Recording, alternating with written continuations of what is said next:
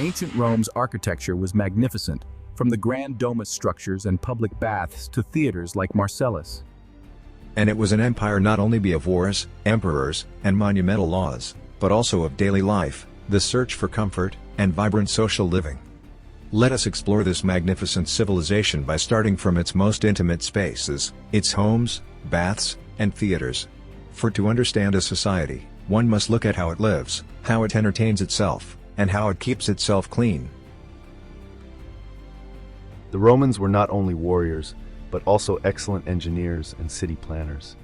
In every newly conquered land, they applied a standard city layout, the Cardo and the Decumanus. Decumanus, the main street forming the primary east-west axis. The most important Decumanus in Pompeii is Via dell'Abbondanza, Street of Abundance. Cardo, the main street running north-south. The most significant ones were the Cardo Maximus and Cardo III and IV. The intersection of these two axes gave life to the Forum, the social, commercial, and administrative center of the city.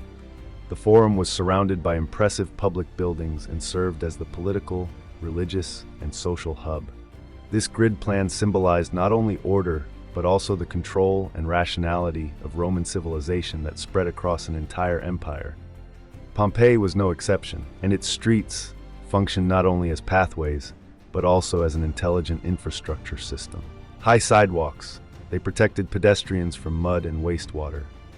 Stepping stones, elevated stone blocks used to cross the street from one side to the other.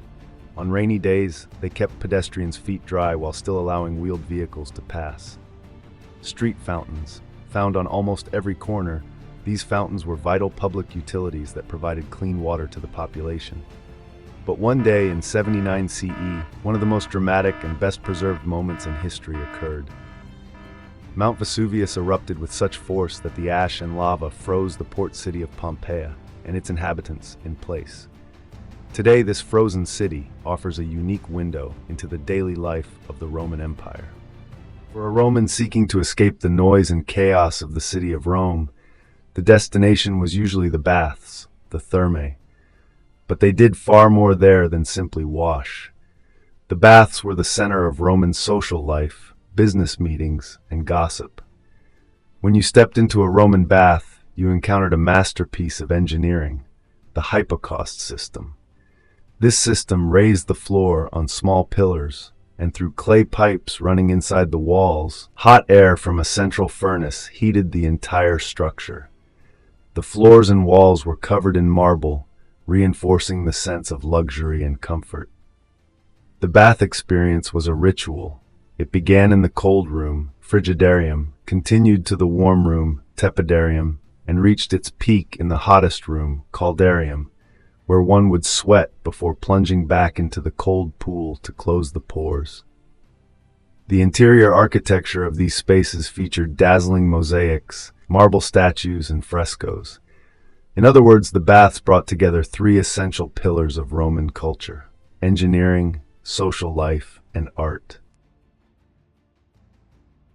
The Theater of Marcellus uses a rare triple-tiered facade of Doric, Ionic, and Corinthian orders stacked vertically, creating one of Rome's earliest prototypes for multi-level theater fronts. The Pompeii Theater's seating was carved directly into the natural rock of the hill, allowing the basalt foundation to act as a built-in acoustic amplifier. The Orange Theater preserves its original 37-meter-high scaene fronds, one of the only Roman theater back walls still standing, designed to project actors' voices like a resonating stone shell. The interior design of a Roman theater was arranged to reflect social hierarchy.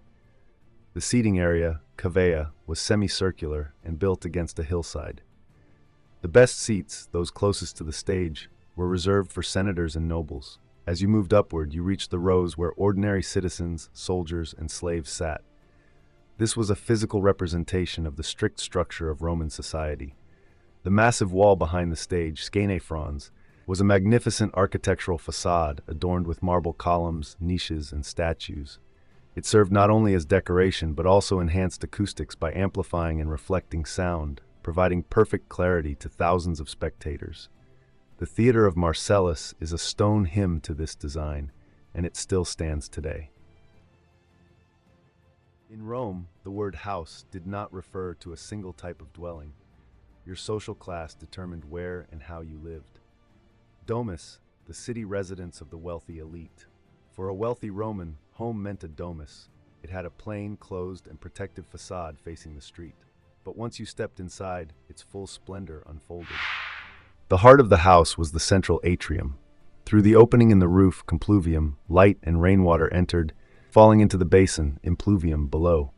This was the main hall where the family gathered and guests were received. Bedrooms, cubicula, and study rooms were arranged around it. Beyond the atrium lay the most private part of the house, the peristyle. Courtyard featured fountains, flower beds, statues, and often a dining room, triclinium. Colorful wall frescoes, such as the famous Pompeian red, mosaic floors, and valuable furniture shaped the luxurious interior character of the Domus. Insula, the living space of the crowds. Ordinary people, the majority, lived in buildings called insula, meaning islands. These were the world's earliest apartment blocks, sometimes rising 5 to 6 stories high, but they were very different from modern ones. Shops, taberna, occupied the ground floors, while the upper levels held cramped, dark, and highly flammable apartments. Glass windows were rare, replaced mostly by wooden shutters. They lacked basic comforts like running water and proper sewage. Living conditions were harsh, symbolizing the crowded and difficult urban life hidden behind Rome's dazzling public monuments. Villa, a luxurious retreat in the countryside. To escape city life, wealthy Romans built villas in rural areas or along the coast. These residences offered all the comforts of a domus, but on a much larger scale and closely connected to nature. The villa had two parts: the luxurious Villa Urbana, where the owner and family lived, and the Villa Rustica, where agricultural operations were managed. Interior design emphasized wide windows, panoramic porticos, and large gardens. Life in these villas reflected the taste, wealth, and desire for harmony with nature that characterized the ancient Rome lives on not only through its emperors and armies, but through the spaces where ordinary days unfolded. Wander through the mist of the baths and you can almost hear the quiet conversations carried by warm air. Step into a theater, and the distant echo of applause still clings to the stone. In the shaded courtyard of a domus, life slows into calm rituals, while in the narrow stairways of an insula, the pulse of the city beats fast.